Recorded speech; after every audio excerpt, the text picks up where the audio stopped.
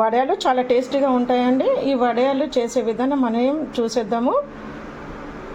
మనం పప్పుచారులైనా సైడ్గా ఏదైనా పచ్చళ్ళు చేసుకుంటాం కదా, రోటి పచ్చళ్ళు, వాటికైనా మనం సైడ్గా డిష్గా పెట్టుకుంటే చాలా బాగుంటుంది. ఒకసారి మీరు ట్రై చేయండి అండి. ఓకేనా, ఇక వీడియోలోకి వెళ్ళిపోదాము. హాయ్ అండి, నమస్తే. ఈరోజు మీకు బియ్యం పిండి బియ్యం వడియాలు చూపించబోతున్నానండి. చాలా టేస్ట్గా ఉంటాయి. అవి ఎలా చేసుకున్నా చూద్దాము. ముందుగా ఈ బియ్యం ఉన్నాయి కదండి, నైట్ నానబెట్టుకోవాలి. నేను ఈ గ్లాస్తో ఒకటి బియ్యం పోసుకొని 3 వాటర్ వేసుకున్నాను.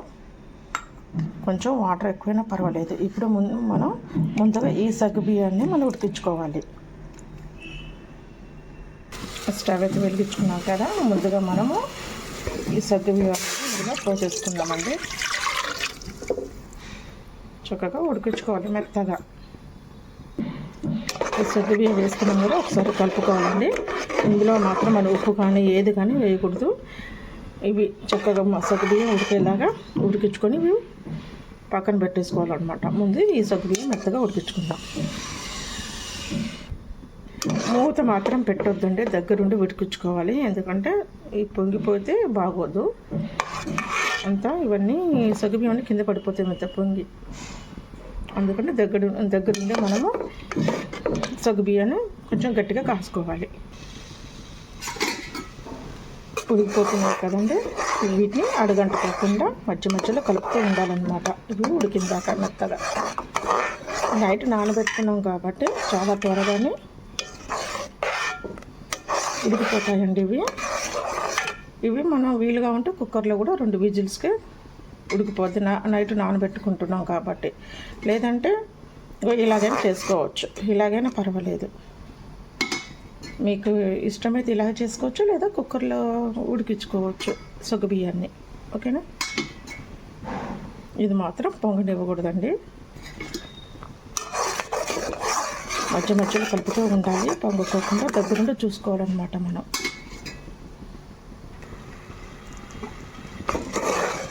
బాగా ఉడికిపోయాయండి.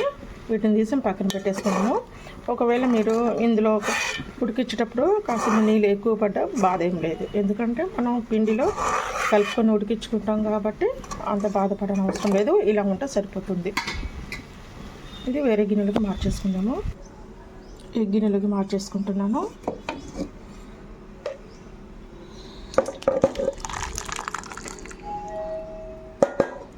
ఓకేనా, దీన్ని పక్కన పెట్టేసుకుందామండి. ఇప్పుడు అదే గిన్నెలో మనం వాటర్ వేసుకుందాము.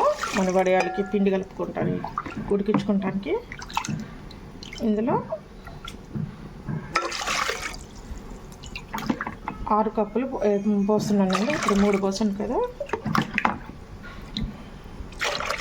4, 5, 6.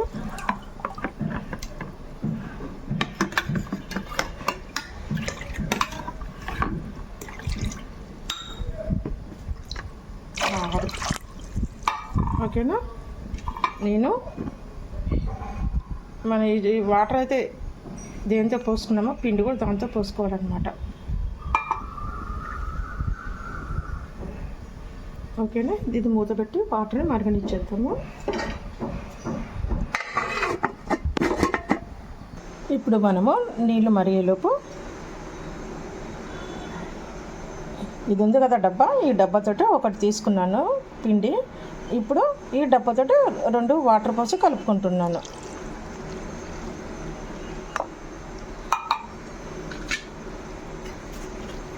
ఇప్పుడైతే ఒకటి పోసాను కదా, ఇంకొకటి కూడా పోసుకోవాలండి.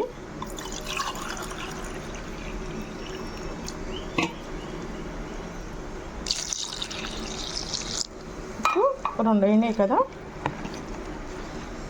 ఒక్కొక్కసారి మనకి 8 కాదండి, ఒక్కోసారి ఎక్స్ట్రా కూడా పడతాయి వాటర్. ఎందుకంటే పిండి ఉడుకుతుంటే గట్టిగా అవుతుంటుంది కదా, అప్పుడు మనం చన్నీళ్ళు కలుపుకోకూడదు, వేడి నీళ్ళు కలుపుకోవాలి. అందుకే ఒక్కోసారి 9 కూడా పడతాయి, 10 కూడా పడతాయి అన్నమాట వాటర్. చూసుకొని మనం వేసుకోవాలి. అందులో వేడి నీళ్ళు మాత్రం పక్కన పెట్టుకోవాలండి. పిండి గట్టిగా అయిందనుకుంటే ఆ వేడి నీళ్ళు కలుపుకోవాలి. ఎలాంటి పరిస్థితుల్లో కూడా మనము చల్లటి నీళ్ళు మాత్రం కలుపుకోకూడదు. ఉండ లేకుండా కలుపుకోవాలండి ఇవి.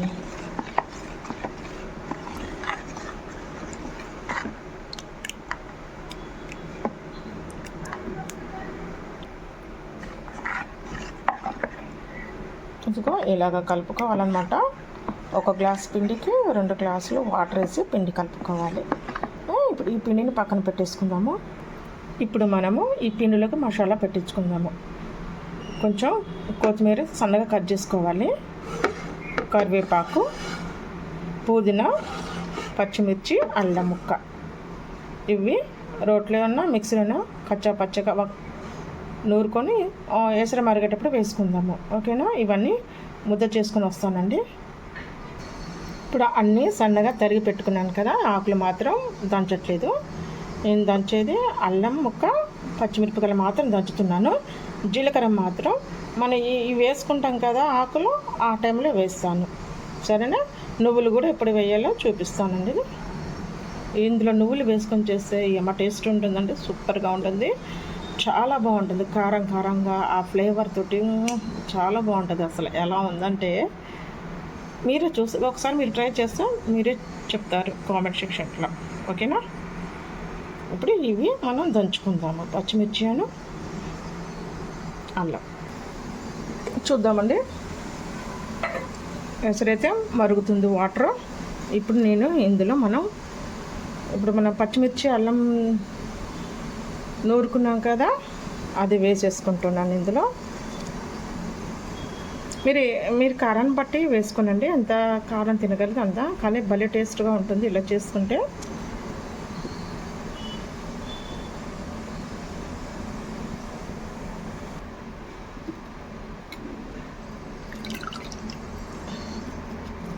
కొత్తిమీర కూడా వేసుకున్నాను సన్నగా కట్ చేసుకొని. అలాగే పుదీనా కూడా వేసుకుందాము. పుదీనా కూడా వేసుకున్నాను కదా, ఇప్పుడు కరివేపాకు వేసుకుందాము. చూస్తున్నారుగా, కరివేపాకు కూడా సన్నగా తరిగి వేసుకోవాలి. ఇప్పుడు అంతా కలుపుకుందాం కదా. ఇప్పుడు మనం జీలకర్ర వేసుకుందామండి. జీలకర్ర ఒక అర టీ స్పూన్ వేసుకున్నాను.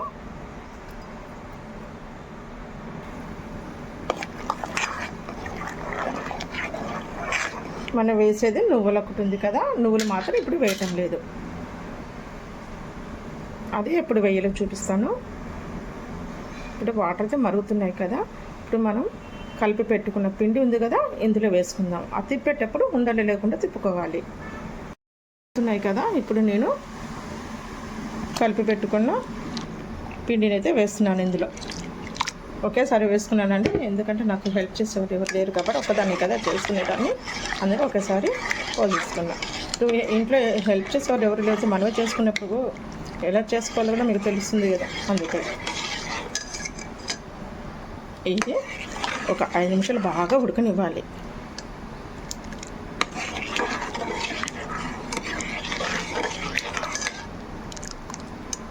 ఇది కలుపుకున్నాం కదా శుభ్రంగా. ఇప్పుడు మనం ఉప్పు వేసుకుందాము సరిపడా.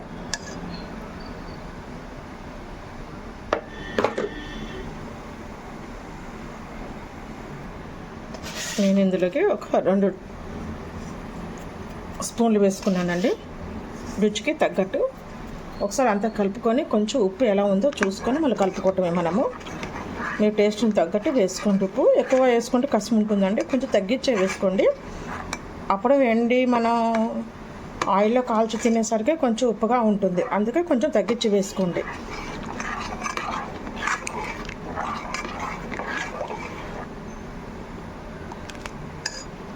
హైలో పెట్టొద్దండి, మీడియం ఫ్లేమ్లో పెట్టుకొని ఉడికించుకోవాలి. హైలో పెడితే ఏముంది, పొంగిపోతుంది. అందుకే మీడియం ఫ్లేమ్లో పెట్టుకొని ఉడికించుకుంటే చాలా బాగా ఉడుకుతుంది.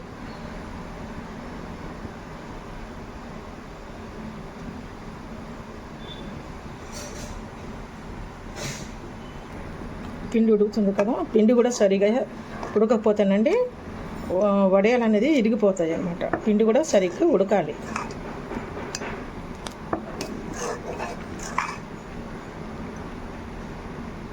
చాలా ఇట్లా మీగడ కట్టిద్ది అనమాట, ఉడుకుతుంటే ఇలాగ వచ్చేస్తుంది. మనకు అది ఉడికింది లేనిది కూడా మనకు ఆ స్మెల్ అనేది మనకు తెలిసిపోయింది, పిండి ఉడికింది లేనిది. కానీ అడుగంటుకోకుండా చూసుకోవాలండి. అడుగంటుకొని అంటే బాగోదు కదా, అడుగంతా నల్లగా ఉంటుంది. ఇవి కలర్ఫుల్గా రావన్నమాట. అడుగంటితే కొంచెం జాగ్రత్తగా చూసుకోండి అడుగంటుకోకుండా. మీడియం ఫ్లేమ్లోనే ఉడికించుకోవాలి. ఇప్పుడు నేను నువ్వులు వేస్తాను. ఇప్పుడు ఈ నువ్వులను వేస్తానండి. మీరు ఎంత వేసుకోవాలనుకుని అంత వేసుకోండి. నేను మాత్రం ఒక 5 టేబుల్ స్పూన్లు వేసుకున్నాను. నేను నువ్వులు బాగుంటాయి కదా ఇందులో, అందుకే నేను ఎక్కువగానే వేసుకున్నాము. చాలా బాగుంటుంది టేస్ట్. మర్చిపోకండి అండి, మీరు తప్పకుండా ట్రై చేయండి, చాలా బాగుంటుంది. పిండి అయితే ఉడికిపోయింది కదా. ఇప్పుడు మనం సగ్గుబియ్యం, ఉడికించుకున్న సగ్గుబియ్యం కలిపేసుకుందామండి ఇందులో.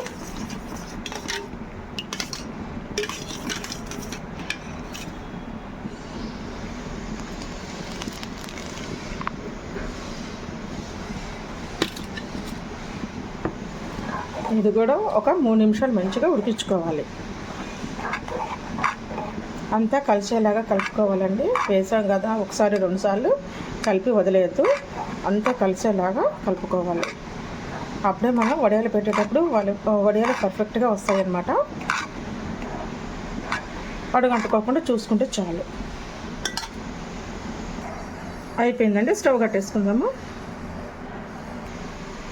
ఉడికిపోయింది కదా, మనం వేరే గిన్నెలోకి మార్చుకుందామండి. చిన్న గిన్నెలోకి, ఈ గిన్నెలోకి అయితే మార్చుకున్నానండి. నేనైతే బెడ్షీట్ మాత్రం ఇలా తడుపుకొని లైట్గా తడిపేసి వేసానండి, గట్టిగా పిండి వాటర్ లేకుండా. ఇప్పుడు నేను వీటి మీద వేస్తున్నాను అనమాట. మన ఇలాగే వేస్తే అదే స్ప్రెడ్ అయిపోద్ది, మనం స్ప్రెడ్ చేయాల్సిన అవసరం లేదు. ఓకేనా?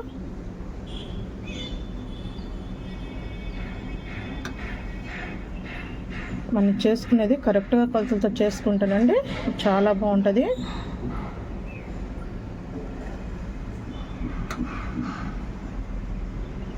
చక్కగా అదే స్ప్రెడ్ అయిపోద్ది, మనం చేయాల్సిన అవసరం లేదు.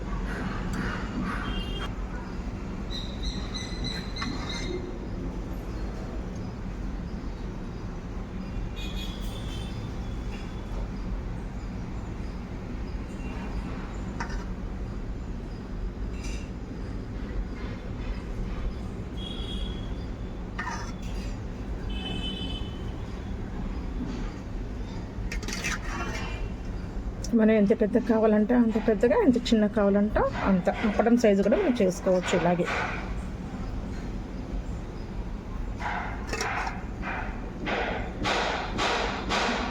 మళ్ళీ ఇవన్నీ వేసాం కదా, వెండిపోయాక ఇవన్నీ మళ్ళీ చూపిస్తానండి ఎలా తీయాలనేది.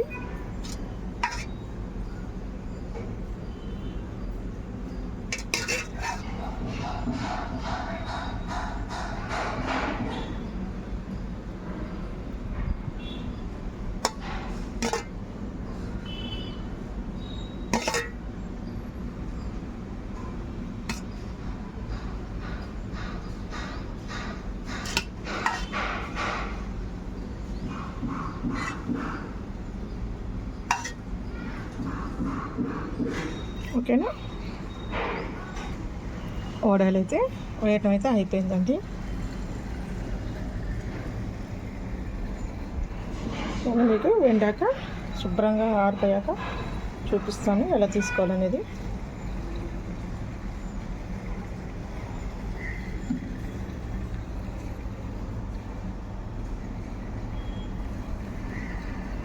ఇలాగ వేసుకోవాలన్నమాట. ఓకేనా?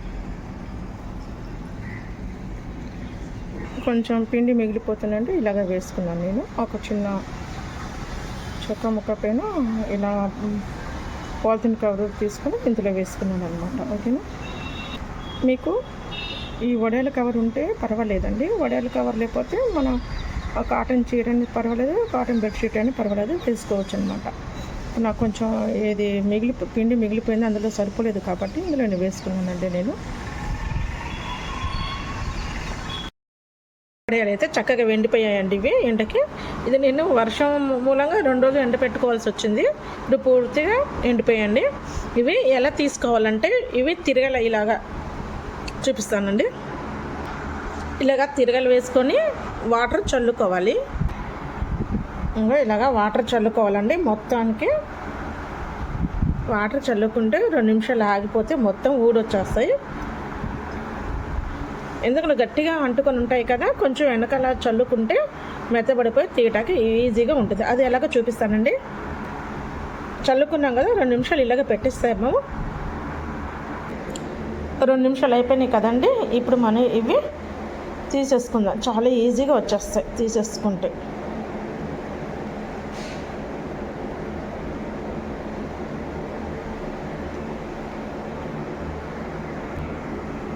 ఇలాగ వచ్చేస్తాయి అన్నమాట, చాలా తేలిగ్గా. ఇవన్నీ తీసి పక్కన పెట్టేసుకుందాము. ఇప్పుడు అన్నీ తీసి చూపిస్తానండి.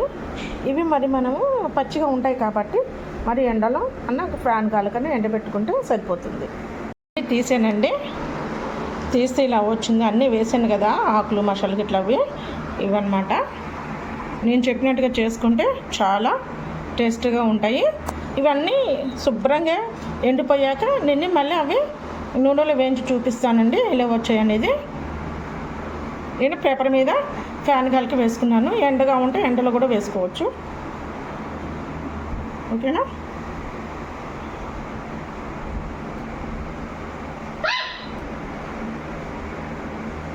మీరు ఒకసారి తప్పకుండా ట్రై చేయండి. ఓకేనా?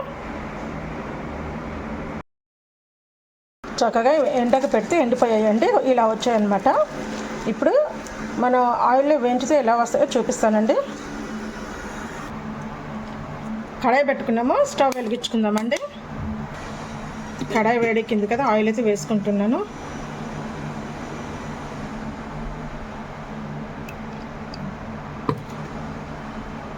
కొంచెం వేడవ్వాలండి.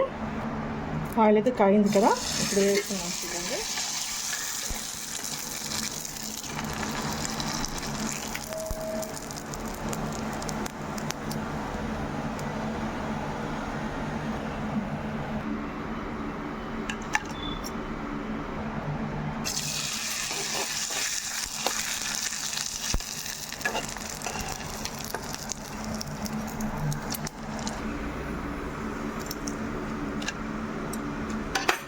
అన్నీ ఇలాగ వేయించుకోవాలండి. చాలా బాగుంటాయి. నేను ఎలాగైతే చేశానో అలాగా చేసుకున్నారంటే చాలా టేస్టీగా ఉంటాయండి వడియాలు. ఎందులో అయినా చక్కగా మనం చారులోనైనా పప్పులోనైనా మనం పచ్చడి పెట్టి చేసుకుంటాం కదా, వాటిలోనే సరే ఇవి నంచుకుంటే చాలా బాగుంటాయి. మీకు ఈ వీడియో నచ్చితే లైక్ చేయండి. ఎంతో టేస్టీగా ఉండే వడియాలు అయితే రెడీ అయ్యండి. మీకు ఈ వీడియో కనుక నచ్చితే లైక్ చేయండి, షేర్ చేయండి, సబ్స్క్రైబ్ చేసుకోనండి నా ఛానల్. మరొక మంచి వీడియోతో మీ ముందుకు వస్తానండి. ఒకసారి మీరు ట్రై చేయండి. ఓకేనా? ఇలాగే నాకు సపోర్ట్ ఇస్తూ ఉండండి.